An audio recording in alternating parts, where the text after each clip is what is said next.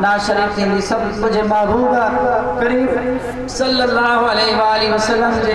मथा दुरूद शरीफ जो नजराना पेश कयो सब पढ़ो सल्लल्लाहु अलैहि या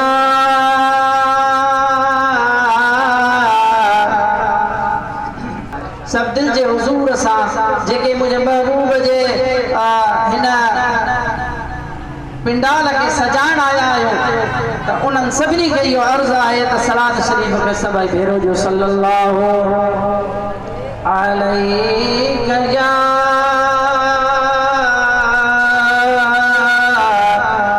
या रसूल अल्लाह व सल्लम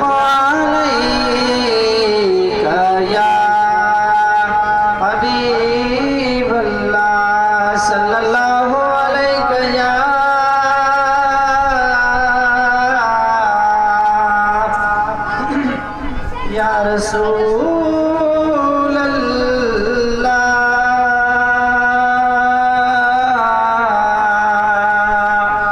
वसल्लम अलैका या हबीब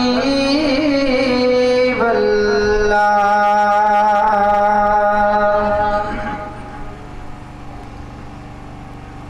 आयो महरम पाक गमताजा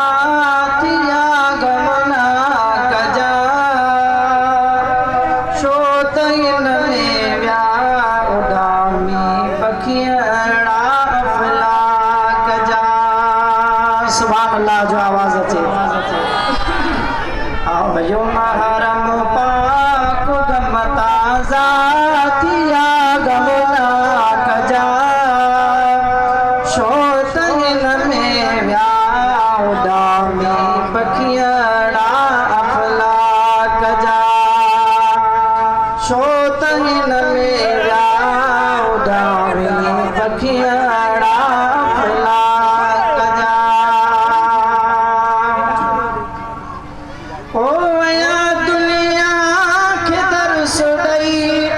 कुरान जे कानून जो या दुनिया के तरस दई कुरान जे कानून जो सब्र गैरत शुजाअत के सबक इखलाक जा शौतन में व्याउदामी पखियड़ा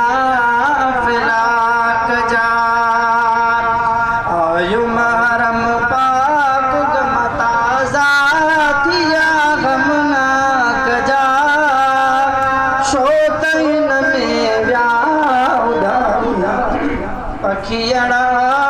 फिला कजा ओ जय मिट्टिया में खून महबूब जी औलाद जो जय मिट्टिया में खून महबूब जी औलाद जो अजो भी तजल्ला नूर वारा करबला जी खाक जा शोतन में व्याउदामी पखियड़ा फला कजा आयो महरम पाक गमता जातिया गमना कजा शोतन में व्याउदामी पखियड़ा फला कजा शोतन में व्याउदामी पखियड़ा फला कजा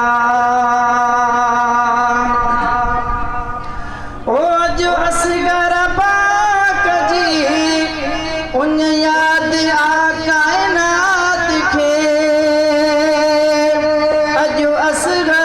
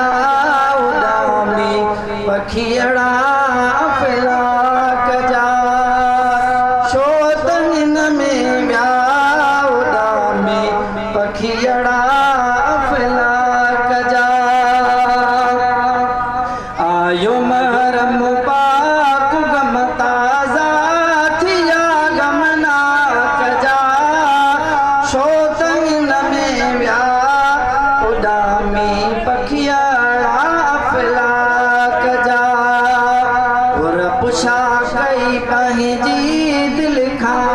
हाणे दिल शाहालो आ दीन घुरजैया दुनिया ॾिस शाख पैसा ख्यालो आ ओ दीन घुरजैया दुनिया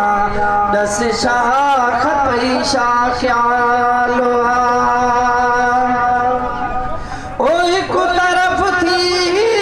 निंदड़का बे तरफ धन जा धनी